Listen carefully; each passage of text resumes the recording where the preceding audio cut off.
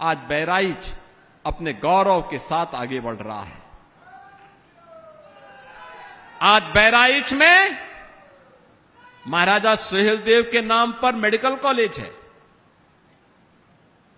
महर्षि बालार्क के नाम पर हॉस्पिटल का नाम है। आज बहराइच से लखनऊ तक 4 लेन की सड़क के निर्माण के लिए धनराशि स्वीकृत हुई है और आज तो बहराइच एक बार फिर से नए बहराइच के रूप में आगे बढ़ता हुआ दिखाई दे रहा है।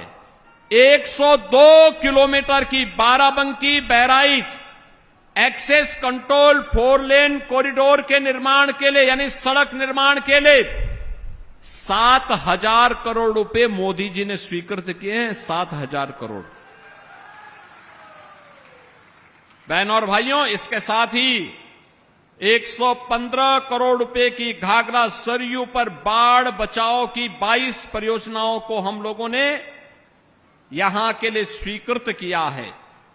रुपईडीहा सीमा पर एक बड़ा इंडस्ट्रियल लॉजिस्टिक कॉरिडोर को विकसित करने की योजना यह भी वहां पर तैयार की गई है नेपाल बॉर्डर पर। और इन सब कार्यों के कारण अब मैं कह सकता हूं एस्पिरेशनल डिस्ट्रिक्ट से इंस्पिरेशनल डिस्ट्रिक्ट बना है हमारा बहराइच। यानी बहराइच में अब पूरे देश के अंदर अब नए जो डाटा आते हैं जिसमें बहराइच सबसे पीछे रहता था, अब देश के अंदर जब बुनियादी ढांचे में पूरे देश में एस्पिरेशनल डिस्ट्रिक्ट की रैंकिंग जारी होती है तब देश के अंदर पहली रैंक स्थापित किया है बहराइच ने।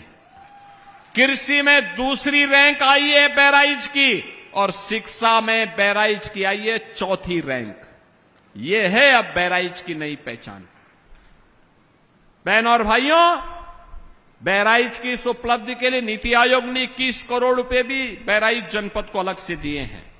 अब तो बहराइच से खलीलाबाद के बीच में रेलवे लाइन के निर्माण के लिए भी भूमि अधिग्रहण का काम चल रहा है और गोरखपुर से शामली तक एक इकोनॉमिक कॉरिडोर बनने जा रहा है। इसमें भी बहराइच से होकर के वह कॉरिडोर जाएगा। यानी ये जितना इंफ्रास्ट्रक्चर विकसित हो रहा है, आने वाले समय में बहराइच उद्योग और निवेश के एक नए केंद्र के रूप में विकसित होगा। और निवेश का मतलब नौजवानों के लिए रोजगार।